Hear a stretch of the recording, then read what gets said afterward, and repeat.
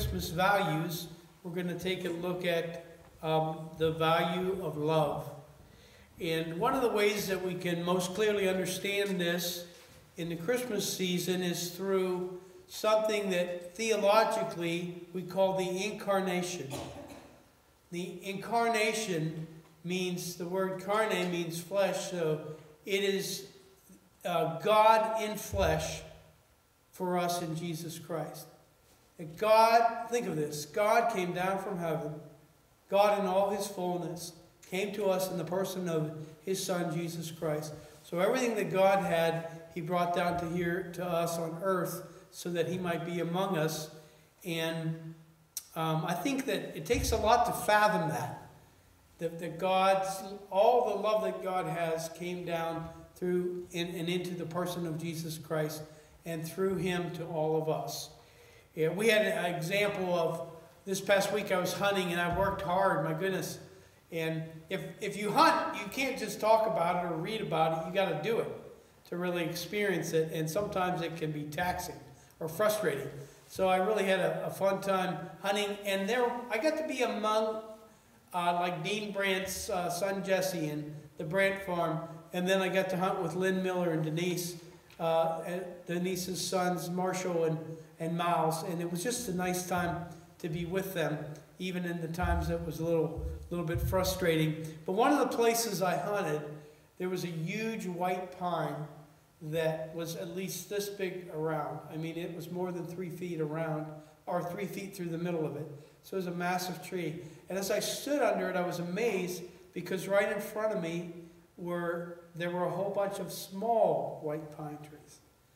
So to me, it was almost like Christ represented the large white pine, and all of the small white pines of different sizes were seeds of the large tree. So in a way, there's two things I want to lift up this morning. First of all, first importance, the incarnation of Christ, the fact that God came down to us is so critical. But the second factor is just as critical, and that is once we have Christ, we have to incarnate him in the world. We have to go as Christ's representatives to the world. And I have a passage here that we'll bring up. And this is from John 1:14. Matthew told the Christmas story one way. Luke told the Christmas story another way. John told it more philosophically or theologically. And so John 1:14 says, "And the Word was made flesh and dwelt among us, and we beheld his glory, the glory as of the only begotten of the Father, full of grace and truth." That's the Christmas story in one verse. That Jesus, the Word, became flesh and made his tent or his dwelling among us. It's an important word to be among us, to be with us. And Jesus is here in the fullness of his love. And I think that's the most amazing thing of the incarnation is that God had to find a way to reveal his love to his people. And he did that by sending Christ to us.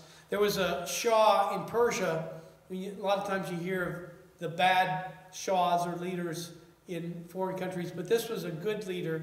And this Shah realized that he was separated from his people. So he had this great desire to be able to interact with his people. And so he dressed as a poorer person, and he went to the most common place in his kingdom, and that was the bathhouse, where people of every station would go and get a bath. And he went further than that because he went down into the depths.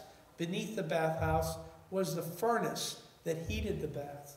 And there was there the poorest of poor fellows that it was his responsibility to heat the baths. And the Shah went down, and as a stranger, he ate with this man and shared his bread, coarse bread with him, and they began to relate to each other in a deep way. And finally, the Shah knew he had to be able to tell the poor furnace caretaker who he was. So he told him he was the Shah and that he had great wealth. Was there anything that he could do for him? Anything that he could give to him? And he said, what could you give to me because you've given to me yourself? And that's the way it should be for us in our lives, is that we realize that God left his glory above and came to us through Jesus Christ that we might experience his love.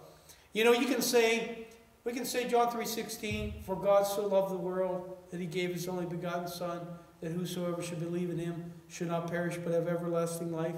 You know, we can say that and we can hear it, but do we experience it in the depth that we need to, in the depth that we ought to?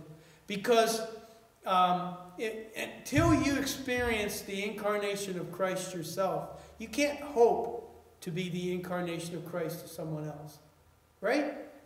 You know, that's why it's very interesting in the circuit rider days, these circuit riders had to experience their own souls being saved before they could ever hope to save the souls of others. Every preacher ought to make sure that his own soul is saved and right with God before he tries to save other souls, or he won't understand what is necessary with that. I was thinking of the Old Testament. Do you remember when Joseph prophesied to Pharaoh and said, there's going to be 7 years of plenty and 7 years of famine. And so you're going to have to care for things, keeping things in the 7 years of plenty, so you'll